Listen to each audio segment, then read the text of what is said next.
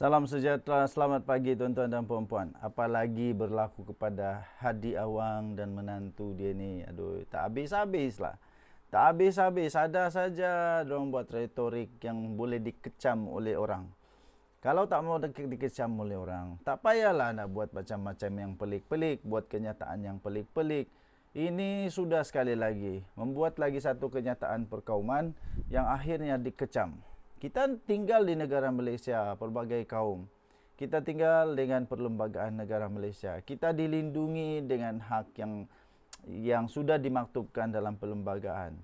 Jadi jangan rosakkan kemakmuran kita. Jangan rosakkan apa yang sudah Malaysia ada ni.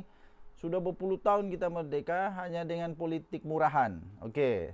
Tapi sebelum itu, saya ingin kongsikan bagi anda yang masalah kencing manis, darah tinggi, gout, lemah badan, lemah tenaga batin, lemah macam-macam. 3 serangkai kolesterol, penyakit kulit, apa lagi ya? Buasir kah, gout kah, diabetes kah, kolesterol kah, apa saja penyakit anda disebabkan oleh kelemahan imun badan. Saya ingin kongsikan satu produk daripada For Life Research, Transofactor.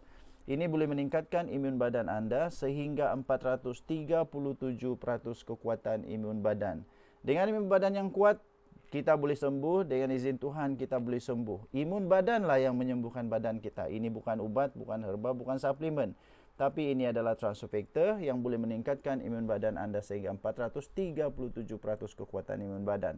Dia datang dengan pelbagai laporan saintis. Ini Woodland Head Report. Ini disebut sebagai miracle molecule. Okey, sudah dikaji dan dapat meningkatkan sehingga 437% kekuatan imun badan. Banyak dia punya bukti saintis. Paling penting dia ada laporan saintis kajian selama 50 tahun Transofactor di seluruh dunia. Keberkesanan meningkatkan imun badan yang akhirnya melawan penyakit dan boleh sembuh. Dan seterusnya, paling penting, ini buku adalah Physician Desk Reference, buku-buku para doktor dan saintis, serta buku-buku ahli farmasi. Mereka rujuk ini. Dan Transofactor ada di dalam buku ini. Dan paling penting lagi, telah diterima oleh KKM, ada hologram. Maksudnya, ini sangat penting, ada hologram. Dan anda boleh scan di sini untuk melihat sama ada masuk di KKM atau tidak. Okey, baik, kita teruskan. Kenyataan perkauman menantu Hadi Awang dikecam. Tidak boleh terima hakikat kita berbilang bangsa.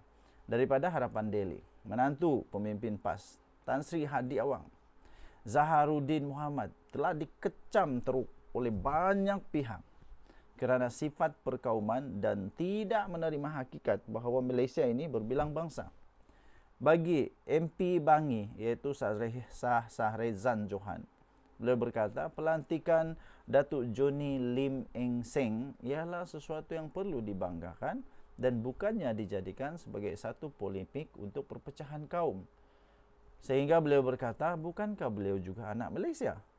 Penghormatan yang diberikan kepada Datuk Johnny Lim Eng Seng ini sepatutnya menjadi kebanggaan buat kita semua. Mengajar kita tentang perpaduan dalam kepelbagaian. Malangnya tuan-tuan dan puan-puan, ia dijadikan bahan polemik perpecahan seperti ini yang hanya akan memecah belahkan masyarakat. Ini saya setuju. Jangan gunakan ini sebagai punca perpecahan kita di Malaysia. Saya tidak tahu sama ada Ustaz Zaharuddin Muhammad masih ada jawatan dengan PAS. Namun, semua pihak harus mengecam sekeras-kerasnya kenyataan ini, kata beliau.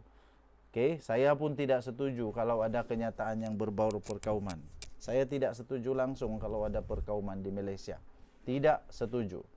Okey, Zaharuddin dalam satu hantaran Facebook beliau semalam menggambarkan gambaran bahawa seorang Cina akan dilantik sebagai Perdana Menteri Malaysia pada masa hadapan.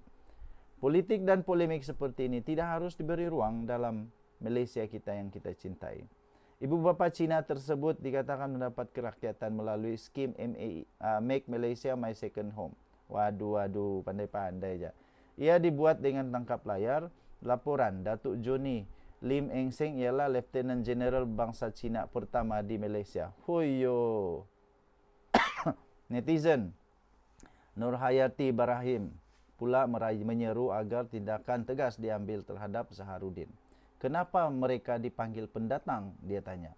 Tindakan tegas perlu diambil kepada pemecah belah ini dan si penulis status, katanya.